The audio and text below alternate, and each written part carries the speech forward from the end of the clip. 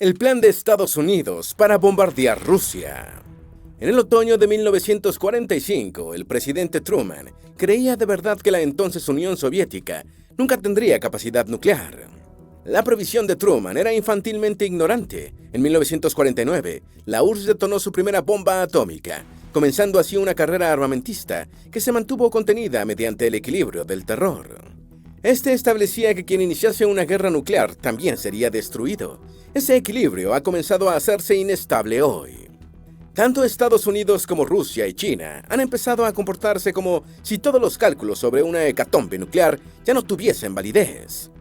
En particular, Washington siente la presión de tener que enfrentarse a Rusia y China, coaligados políticamente hoy y probablemente militarmente mañana. Así, Estados Unidos tiene el reto de elegir cuidadosamente su estrategia nuclear, porque de ella dependerá si puede continuar disuadiendo a sus dos adversarios estratégicos. Si se equivoca, el futuro de la humanidad podría ser la destrucción en medio de un invierno nuclear. Hoy te traemos los detalles. Antes de meternos a fondo, no olvides suscribirte a nuestro canal y activar las notificaciones para mantenerte al día con nuestras actualizaciones.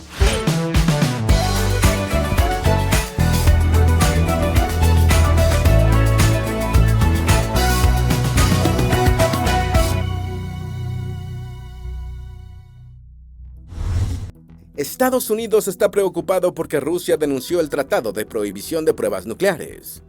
El colapso de la Unión Soviética causó una moratoria de las pruebas nucleares. Solo Estados Unidos las practicaba en 1992, en tanto que China y Francia hicieron las suyas en 1996, India y Pakistán en 1998 y finalmente Corea del Norte desde 2017.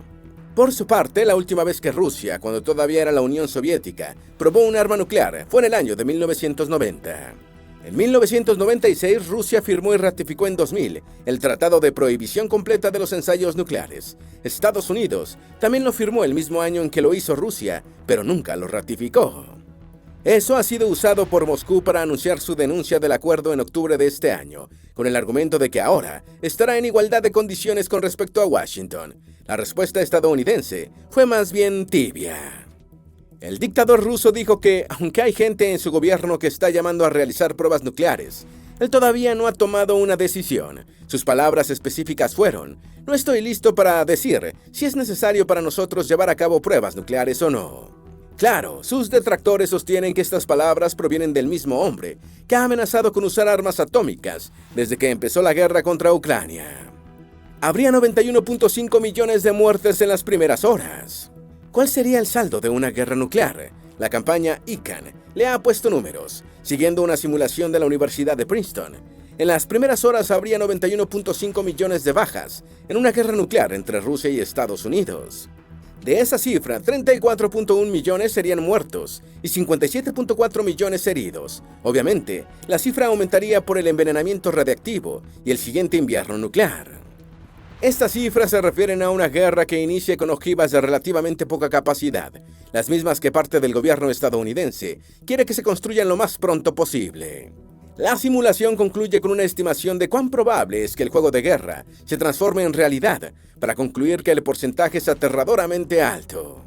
De 1945 a 1949, Estados Unidos y Reino Unido planeaban bombardear a Rusia y devolverla a la Edad de Piedra.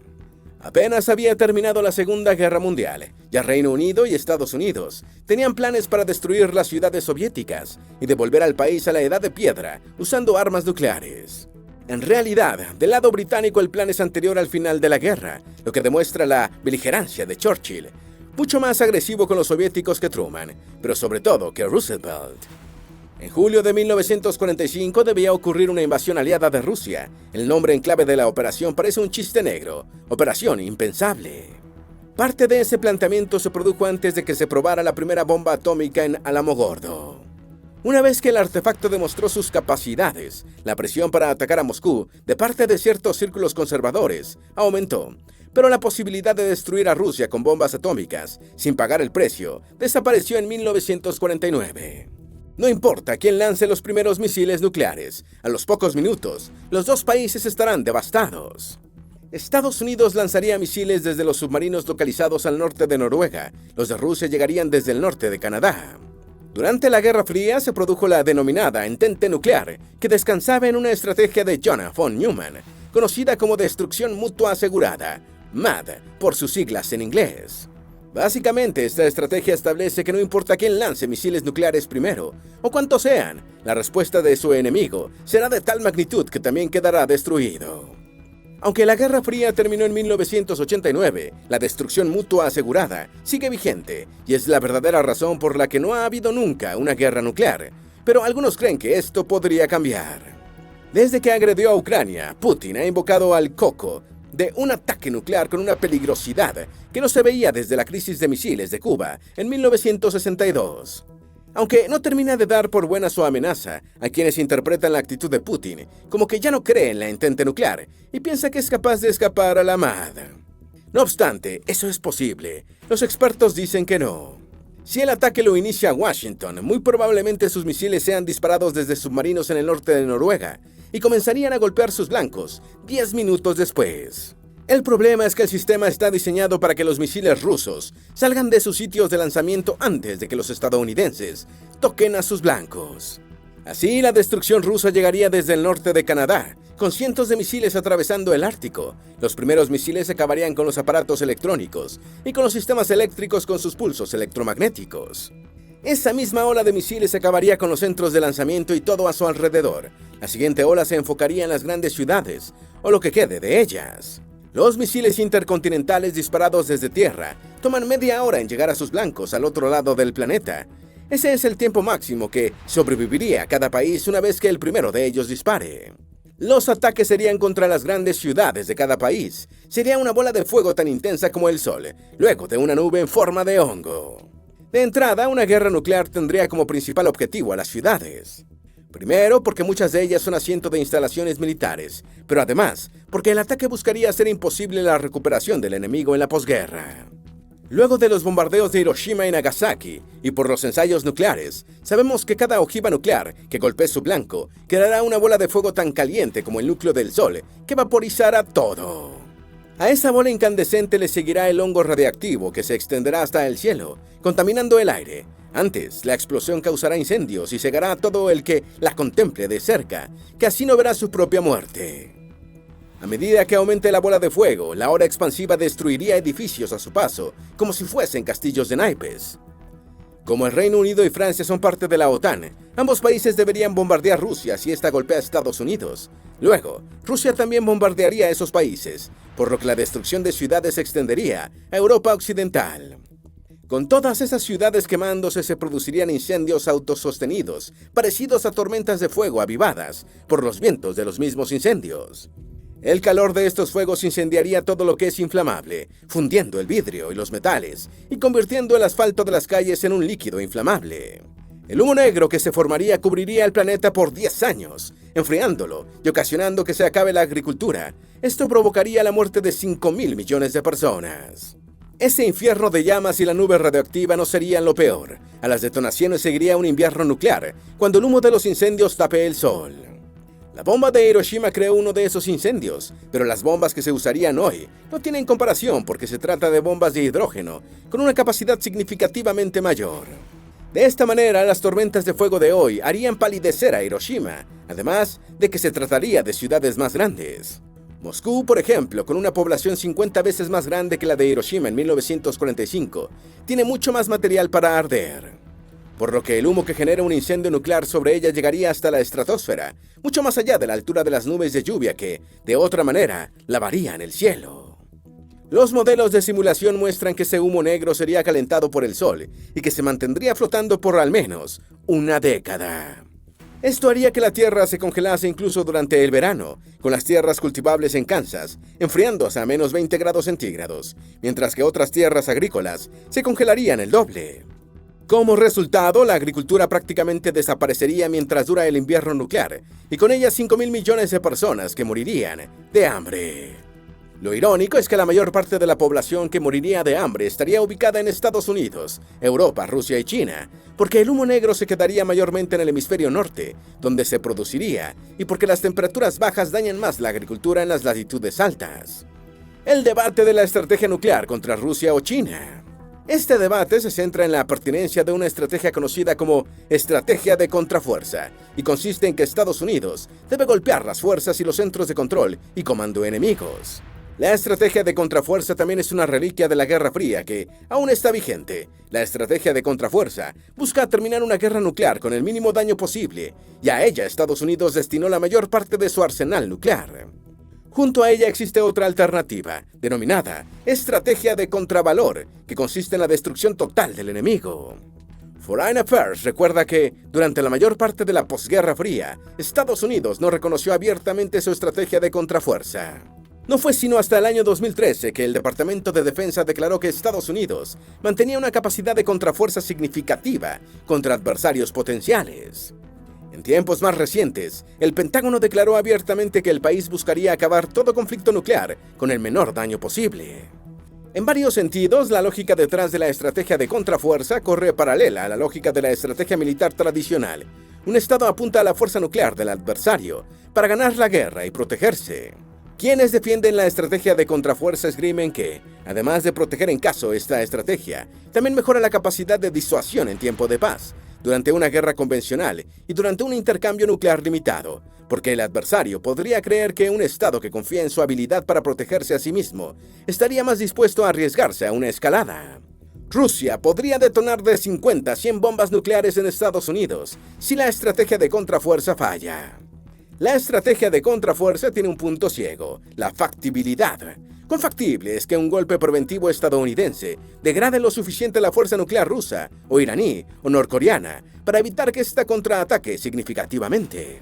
Rusia cuenta de lejos con el mayor arsenal nuclear, por lo que un ataque preventivo estadounidense tendría que ser muy eficaz. Al Kremlin le bastaría con que entre 50 y 100 de sus ojivas no fuesen destruidas para que la estrategia de contrafuerza fuese útil. Con esa media centena de ojivas, Rusia podría destruir a Estados Unidos como una sociedad funcional por décadas. China ha tomado nota y la modernización de su arsenal nuclear apunta a aumentarlo, pero también a mantener una porción importante a salvo de la destrucción de un ataque basado en la estrategia de contrafuerza. Así, incluso si Washington ejecuta un ataque preventivo a gran escala, Pekín podría responder todavía, ya Rusia posee esa capacidad. En estos tiempos recientes, varios analistas han descartado la opinión pesimista de que la estrategia de contrafuerza es inútil. Para ellos, los avances armamentísticos hacen vulnerables a los arsenales nucleares, pero esa crítica no es suficiente. Sí, los avances tecnológicos hacen más fácil apuntar a la fuerza nuclear enemiga. No obstante, los adversarios igualmente pueden echar mano de sus avances, tanto para protegerse como para atacar. La otra opción es la completa destrucción de la sociedad y la infraestructura de Rusia. Aquí es donde entra en escena la estrategia conocida como apuntar a la infraestructura. Si no se puede destruir la capacidad de respuesta nuclear del enemigo, entonces la alternativa lógica es lograr la disuasión amenazando con destruir totalmente su sociedad e infraestructura. Con esta estrategia, Estados Unidos no atacaría la fuerza nuclear enemiga, porque no le aseguraría que no habría una respuesta tan o más destructiva. En su lugar, atacaría la infraestructura industrial, incluyendo energía, comunicaciones, puertos, hubs y todo. Esta estrategia no denota una guerra total inmediata, sino, por el contrario, ataques focalizados que podrían escalar. Incluso, podría haber detonaciones de demostración, sin destrucción real, para mostrar lo que sucedería la próxima vez. En otros casos, podría bombardear infraestructura aislada que significarán bajas civiles reducidas, aunque aquí identificamos la principal objeción a esta estrategia, que no es militar, sino moral. Atacar infraestructura significa atacar civiles, lo vemos en la actual guerra en Gaza. Así que atacar infraestructura es inmoral per se, significa transgredir las leyes de la guerra. Quienes apuestan por destruir infraestructura como alternativa a los problemas que ocasionan los ataques de contrafuerza, dicen que en realidad los ataques de este último tipo también causan bajas civiles atroces, e incluyen infraestructura que sirve a objetivos militares, por lo que en la práctica no hay diferencias. El Departamento de Defensa de los Estados Unidos dice, estamos muy cerca de una guerra con Rusia y China. Parece orwelliano, pero hay algo de verdad en una afirmación del jefe del Estado Mayor de las Fuerzas Armadas estadounidenses, el general Mark A. Milley. Estados Unidos debe permanecer como la nación más poderosa de la Tierra para que haya paz entre Estados Unidos, China y Rusia. Esa declaración lo hizo Milley ante el Congreso con el propósito de pedir más dinero para el Departamento de Defensa. Milley también dijo que por primera vez su país estaba enfrentando a dos potencias nucleares, pero que la guerra con ellas no es ni inminente ni inevitable. De igual forma afirmó que pelear al mismo tiempo con China y Rusia sería muy difícil, una velada alusión a que Estados Unidos no está listo para hacerlo hoy. Estados Unidos debe estar listo para una guerra simultánea con China y Rusia. El problema de las carreras armamentistas es que dañan las relaciones políticas, haciendo más proclives las guerras. Si las relaciones entre China y Rusia terminan de consolidarse, como temen muchos, es posible que Estados Unidos tenga que pelear contra ambos simultáneamente. Otra posibilidad es una guerra nuclear con uno de estos países, a la que siga otra con el contendiente restante. Prepararse para estas posibilidades exige que primero se establezca una estrategia nuclear. Si se tratase de la estrategia de contrafuerza, entonces Washington está en mora y debe aumentar significativamente su arsenal nuclear. Actualmente su arsenal solo cubre ataques estratégicos contra la fuerza nuclear rusa, pero no tendría la capacidad de causar, a la vez, el mismo daño a China. Por eso, si esta es la estrategia elegida, se requiere una fuerza nuclear estadounidense capaz de atacar silos de misiles, lanzaderas móviles, bases aéreas, submarinos y centros de comando y control, tanto chinos como rusos, simultánea o casi simultáneamente. Las lanzaderas móviles obstaculizan este objetivo, incluso si Washington aumenta su fuerza nuclear. Golpear una sola lanzadera móvil requeriría muchas ojivas, solo si pudiese ser localizada, algo que puede ser imposible. Esas posibilidades tácticas son las que sustentan los llamados a aumentar el arsenal nuclear, incluyendo las ojivas estadounidenses de reserva en los sistemas de lanzamiento activos. Como le sucedió a la Unión Soviética en la Guerra Fría, aumentar el arsenal estadounidense podría infligirle una autoderrota si China y Rusia también aumentan sus arsenales para prevenir los objetivos de una estrategia de contrafuerza.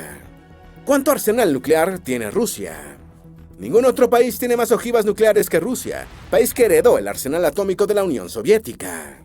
La Federación de Científicos Americanos estima en 5.889 las ojivas rusas en 2023, contra las 5.244 estadounidenses. Del total ruso, unas 1.400 ojivas están retiradas, pero probablemente estén intactas. 2.815 son de reserva y alrededor de 1.674 están desplegadas.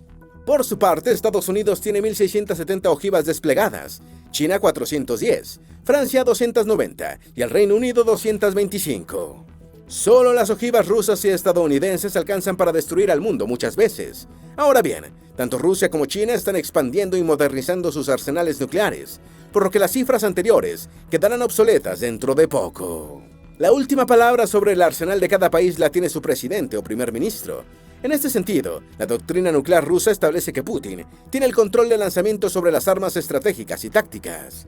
Esa misma doctrina permite un bombardeo nuclear si la Federación Rusa es agredida con armas convencionales que amenacen su existencia. Todos estos países tienen una versión del maletín nuclear. En el caso ruso, el dispositivo se llama Cheket, por el nombre de una montaña en el Cáucaso, y acompaña a Putin en todo momento.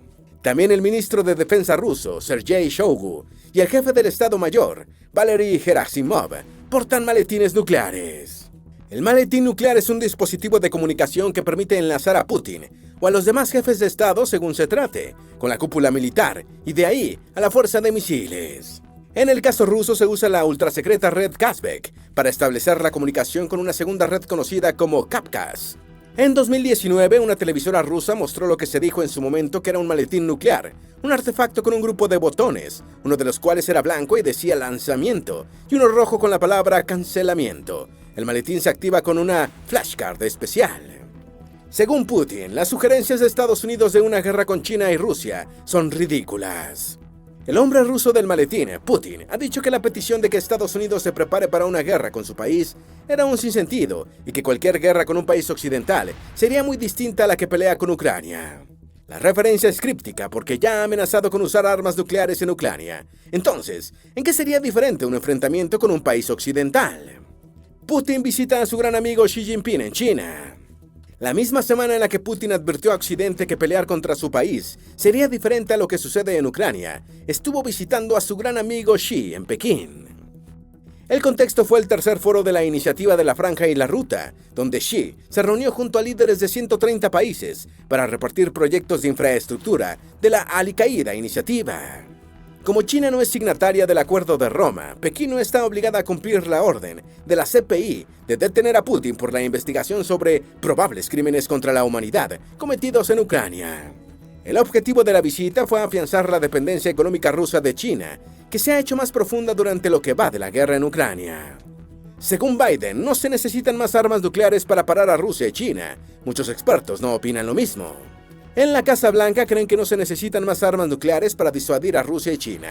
Eso lo dejó claro el asesor de Seguridad Nacional, Jake Sullivan, en junio de este año.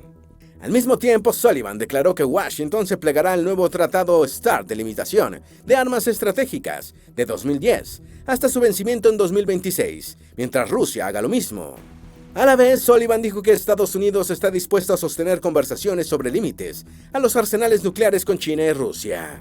Todo esto demuestra que la actual administración de la Casa Blanca quiere evitar una carrera armamentista, pero como veremos más adelante, algunos expertos consideran que, de hecho, el arsenal nuclear norteamericano está rezagado si se elige la estrategia de contrafuerza. China tendrá 1.500 cabezas nucleares para 2035, según el Pentágono. Pekín está fortaleciendo su músculo militar con la intención de sobrepasar a Rusia y luego alcanzar a Estados Unidos. Dos áreas de su ejército destacan en su carrera armamentista, su armada y su fuerza de misiles nucleares. Si sigue construyendo armas nucleares al ritmo actual, el Pentágono cree que es muy posible que tenga 1.500 ojivas nucleares para 2035. En 2030 serían 1.000 dispositivos. El informe no indica que China esté acelerando el ritmo de ensamblaje de las cabezas, pero es un reflejo de la preocupación estadounidense por el auge chino y su presión sobre Taiwán. ¿Cómo evitar una carrera armamentista de los tres países? El principal problema para lograr este objetivo es que ya no se trata de dos países compitiendo por la supremacía nuclear, sino de tres. Durante la Guerra Fría, la carrera armamentista se frenó porque ambos contendientes acordaron una paridad de fuerzas, lo que ayudó a detener una carrera en ambos sentidos, incluso mediante la negociación. Con tres partes involucradas, ya no hay tal posibilidad. Estados Unidos podría buscar la paridad con el arsenal conjunto de China y Rusia, pero estos dos países podrían tender a buscar la paridad entre los arsenales mutuos, por lo que Estados Unidos se vería obligado a aumentar el suyo. Otro punto a considerar es cuál doctrina guía los esfuerzos militares de los competidores. Si se trata de la estrategia de contrafuerza, esta puede alimentar una carrera armamentista entre dos partes, como veíamos antes. Si se trata de tres partes, la carrera que se desarrolle sería más intensa y larga que la que vimos durante la Guerra Fría. En cambio, si se sigue la estrategia de apuntar a la infraestructura, los arsenales no tendrían que crecer. Un solo submarino estadounidense armado con ojivas nucleares ya tiene la capacidad de dañar la infraestructura rusa y china, como para disuadir a ambos países de atacarlo primero. En ese sentido, Estados Unidos no tendría por qué aumentar su arsenal, pero el que un competidor se detenga en la carrera armamentista no es garantía de que los otros también lo harán. El mundo nunca ha estado tan cerca de la guerra nuclear como ahora mismo, mientras ves este video. El reloj del juicio final está tan cerca de la medianoche nuclear como no lo estuvo nunca desde el final de la Guerra Fría. Estados Unidos mismo, la única democracia de las tres mayores potencias nucleares, está ayudando a que nos acerquemos a un apocalipsis nuclear al empezar a ajustar su doctrina militar con miras a bombardear a Rusia. Sin embargo, en un futuro no tan lejano, Washington podría tener que pelear guerras nucleares, no solo con Moscú, sino simultáneamente con Pekín. Hoy sería derrotado si lo intentase. ¿Tienes alguna duda o sugerencia? Haz tu aporte escribiendo en los comentarios y así entre todos nos ayudamos. Esperamos que este video te haya sido útil. Si tienes algo que agregar, por favor, compártelo con nosotros en la sección de comentarios. Dale me gusta a este video y envíale el enlace a tus familiares y a tus mejores amigos para que también conozcan el plan de Estados Unidos para bombardear Rusia. Si eres nuevo en nuestro canal, no olvides suscribirte. Recuerda, la vida siempre es mejor creando y dando valor al mundo.